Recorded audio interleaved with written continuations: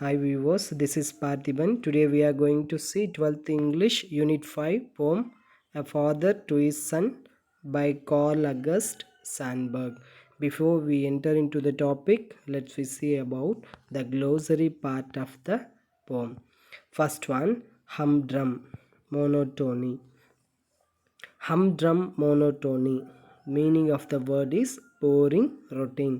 அதாவது ஒரு வேலையை திரும்ப திரும்ப செய்யறதுனால வர சலிப்புக்கு பேர் தான் இங்கே humdrum monotony. Second one, soft loam. The answer is fertile soil. அதாவது வளமான மண் அப்படின்றது தான் சாஃப்ட் லோம் அப்படின்றாங்க. தென் lashes, whips. ஸோ அதாவது சாட்டை அடி அப்படின்வாங்க இல்லையா, கசையடி அப்படின்வாங்க. ஸோ அதுதான் lashes. thwarted அப்படின்னா ஃப்ரஸ்ட்ரேட்டட், மனமுறிவு, கஷ்டம், சோர்வு, டயர்டு. ஸோ இதை தான் சொல்லுவாங்க. ஸோ ஒயிட் லைஸ் அப்படின்னா lies told to avoid hurting once feeling. அதாவது அடுத்தவங்களோட மனசு கஷ்டப்படக்கூடாது அப்படின்றதுக்காக சொல்கிற ஒரு சின்ன சின்ன பொய்களுக்கு பேர் தான் அங்கே ஒயிட் லைஸ் அப்படின்றாங்க. தென் ஃபர்ஸ்ட் ஆஃப் லுக்கு அப்படின்னா மணி கெயின்டு இன் அ டிஸ்ஹானரபிள் வே. தவறான வழியில் சம்பாதிச்ச பணத்துக்கு பேர் தான் அங்கே ஃபர்ஸ்ட் ஆஃப் லுக்கு அப்படின்றோம். Then at last resenting.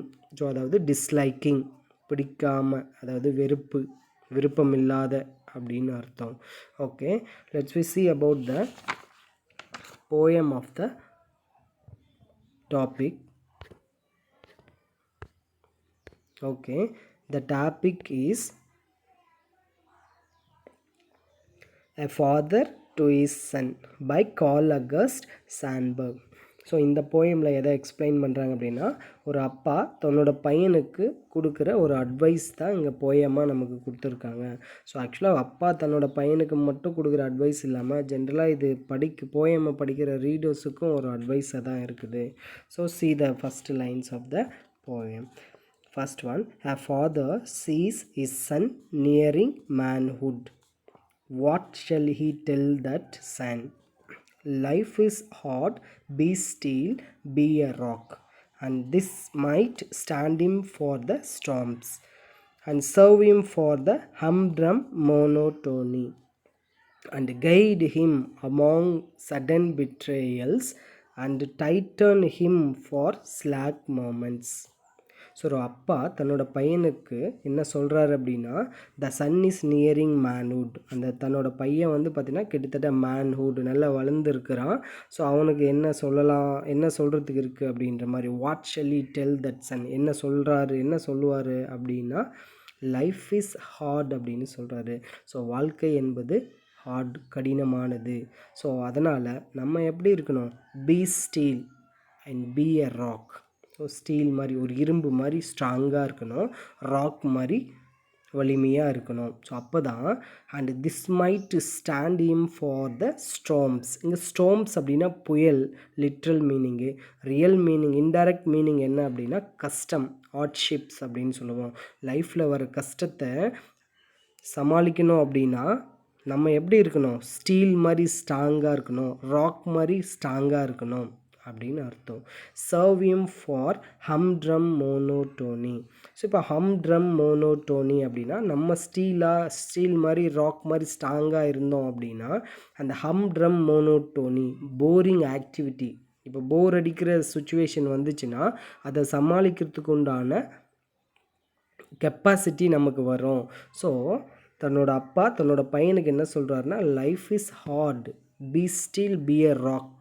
So அப்படி இருந்துச்சு அப்படின்னா அந்த ஸ்டார்ம்ஸ் அப்படின்ற ஹார்ட்ஷிப்ஸ், கஷ்டங்கள் வந்து உனக்கு தெரியாது, ப்ளஸ் அந்த போரிங் டைம் வந்து உனக்கு தெரியாது. ஸோ அதனால் ஸ்டீல் மாதிரி ராக் மாதிரி ஸ்ட்ராங்காக இரு அப்படின்றாரு. And then guide him among sudden betrayals, tighten him for slack moments. So லைஃப்பில் எல்லாருக்கும் சில கஷ்டங்கள் வரும், ஓகேவா, சில ஏமாற்றங்கள் வரும். பிட்ரேயல்ஸ் அப்படின்னா நம்மளை சில பேர் ஏமாற்றுவாங்க இல்லையா. ஸோ அது எல்லாரோட லைஃப்லேயும் இருக்கும். அந்த மாதிரியான டைமில் நீ ஸ்டீலாக ஸ்ட்ராங் மாதிரி ராக் மாதிரி இருந்த அப்படின்னா அந்த கஷ்டங்கள், அந்த பிட்ரேயல்ஸ், அந்த ஏமாற்றங்களை உன்னால் அக்செப்ட் பண்ணிக்க முடியும். ஸ்லாக் மூமெண்ட்ஸ் அப்படின்னா லைஃப்பில் அந்த நழுவல்கள் தான், லைஃப்பில் வர தோல்விகள் தான் அங்கே ஸ்லாக் மூமெண்ட்ஸ். ஸோ தோல்விகளை வந்து உன்னால் வந்து ஏற்றுக்க முடியும் அப்படின்னு சொல்கிறாரு. Okay, let's see the next part of the poetic lines. Life is a soft loam, be gentle, go easy, and this too might serve him. Brutus have been gentled where lashes failed. To growth of a frail flower in a path up has sometimes shattered and split a rock. So இந்த லைன்ஸில் என்ன சொல்கிறாங்க அப்படின்னா, life அப்படின்றது ஒரு soft Lomb அப்படின்றாங்க. Already நான் சொல்லியிருப்பேன் glossary பார்ட்டில், சாஃப்ட் லோம் அப்படின்னா ஃபெர்டைல் சாயில் அப்படின்னு அர்த்தம். ஸோ லைஃப் அப்படின்றது ஒரு சாஃப்ட்டு ஃபெர்டைல் வளமான மண் போன்றது. ஸோ அதனால் நம்ம எப்படி இருக்கணும், ஜென்டிலாக இருக்கணும், ஜென்டில் வித் குட் குவாலிட்டியோடு இருக்கணும். அண்டு கோ ஈஸி, லைஃப்பை வந்து ஸ்மூத்தாக கொண்டு போகணும். லைஃப்பில் கஷ்டம் வந்துருச்சு அப்படின்னு சொல்லிட்டு அப்படியே நின்றுடாமல் லைஃப்பை வந்து ஸ்மூத்தாக கொண்டு போகணும். லைஃப்பில் கஷ்டமும் இருக்குது, ஹாப்பினஸும் இருக்குது அப்படின்ற மைண்ட் செட்டை வச்சுட்டு லைஃப்பை ஸ்மூத்தாக கொண்டு போகணும். And this too might serve him அப்படின்றாரு. ஸோ இதெல்லாம் எதுக்கு உதவும்னா, Brutus have been gentled where lashes failed. So இந்த லைன் என்ன சொல்லுதுன்னா, ப்ரூட்டஸ் அப்படின்னா ஒரு வைலண்ட் ஆரோகண்ட் பர்சனை வந்து ரெஃபர் பண்ணுது ப்ரூட்டஸ் அப்படின்றது. ஸோ அந்த ப்ரூட்டஸ் அப்படி அதாவது ரொம்ப கரடு முருடான ஒரு என்ன சொல்கிறது, ஒரு மோசமான மனுஷனையும் நல்லவனாக மாற்றுமா. எப்போன்னா, if you are a gentle, நீ ஜென்டிலாக இருந்தால் ஸோ ரஃப்பான பர்சனையும் உன்னால் ஜென்டிலாக மாற்ற முடியும். அங்கே வந்து லேஷஸ்க்கு வேலை இல்லை அப்படின்றாரு. அதாவது அடித்து திருந்துறதை விட அன்பால் திருத்துனா திருந்துவான் அப்படின்ற ஒரு பழமொழி ப்ராவப் இருக்கும். அந்த ப்ராவப்பு தான் அங்கே ஃபெயில் ஆகும், லிங்க் ஆகும். ப்ரூட்டஸும் வந்து ஜென்டிலாக மாறுவான் எப்போன்னா லேஷஸ் ஃபெயில்டு. ஸோ அடிக்காமல் ஒருத்தனை அன்பால் திருத்த முடியும் அப்படின்னா அந்த ப்ரூட்டஸ் கூட நல்லவனாக மாறிடுவானோ. ஸோ அதனால் நம்ம எப்படி இருக்கணும், ரஃப்பாக இல்லாமல் ஜென்டிலாக இருக்கணும் அப்படின்றாரு. ஓகேவா. நெக்ஸ்ட் என்னன்னா, the growth of frail flower அப்படின்றது ஒன்றும் இல்லை. இப்போ ஹைவேலெலாம் பார்த்தீங்கன்னா ஃப்ளாஸ்லாம் இருக்கும் இல்லையா, ஸோ அதுதான் ஃப்ரெயில் ஃப்ளாஸ் அப்படின்றாங்க.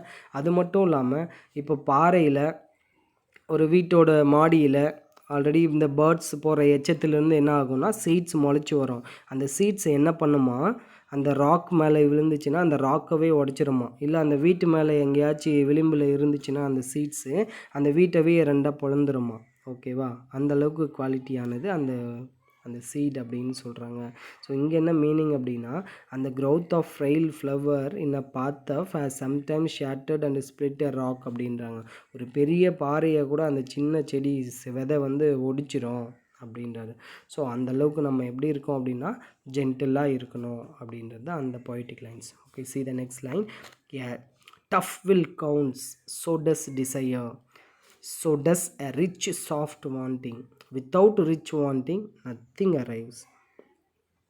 Tell him too much money as skilled men, and left them dead years before burial. The quest of lucre beyond a few easy needs has twisted good enough men sometimes into dry thwarted worms அப்படின்னு சொல்கிறாங்க. So இங்கே லைனில் என்ன சொல்கிறாங்க அப்படின்னா, லைஃப்பில் tough அப்படின்ற ஒரு பார்ட்டும் இருக்கணும். டஃப் கஷ்டத்தையும் நம்ம அக்செப்ட் பண்ணிக்கணும். என் லைஃப்பில் சந்தோஷமே இருக்கணும்னு சொல்லிட்டு கஷ்டத்தை வந்து ரிஜெக்ட் பண்ணக்கூடாது. ஸோ கவுண்ட் அப்படின்னா அட்மிட், அக்செப்ட் அப்படின்னு அர்த்தம். கஷ்டத்தையும் ஏற்றுக்கணும். ஸோ அதுலேருந்து சில விஷயங்களை நம்ம லேர்ன் பண்ணிப்போம் அப்படின்றது தான் a tough will counts அப்படின்றது. so does desire, சந்தோஷங்களை எப்படி நம்ம விரும்பி அக்செப்ட் பண்ணிக்கிறோமோ அந்த மாதிரி கஷ்டத்தையும் அக்செப்ட் பண்ணிக்கணும். so does rich soft wanting, நம்மளோட தேவைகள் அப்படின்றது எப்படி இருக்கணும்னா ரொம்ப ரிச்சாக இருக்கணும், ஹையாக இருக்கணும் அப்படின்றாங்க.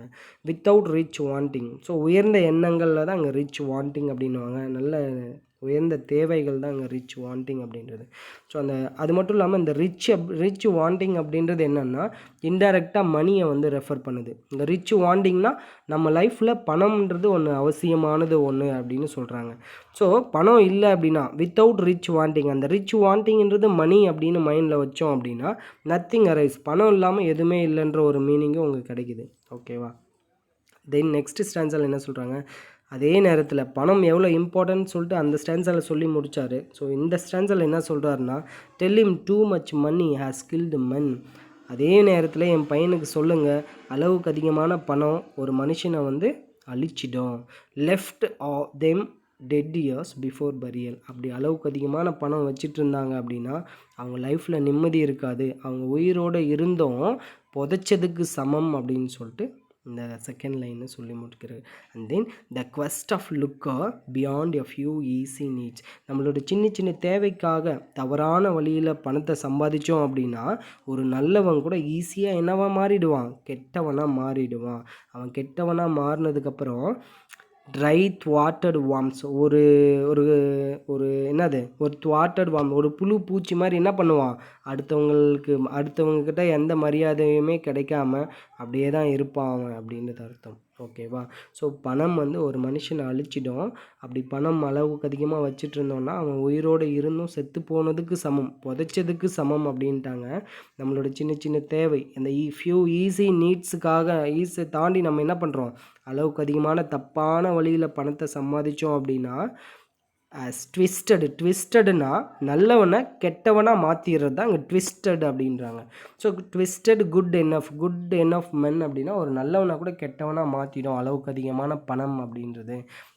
Sometimes intrude right water.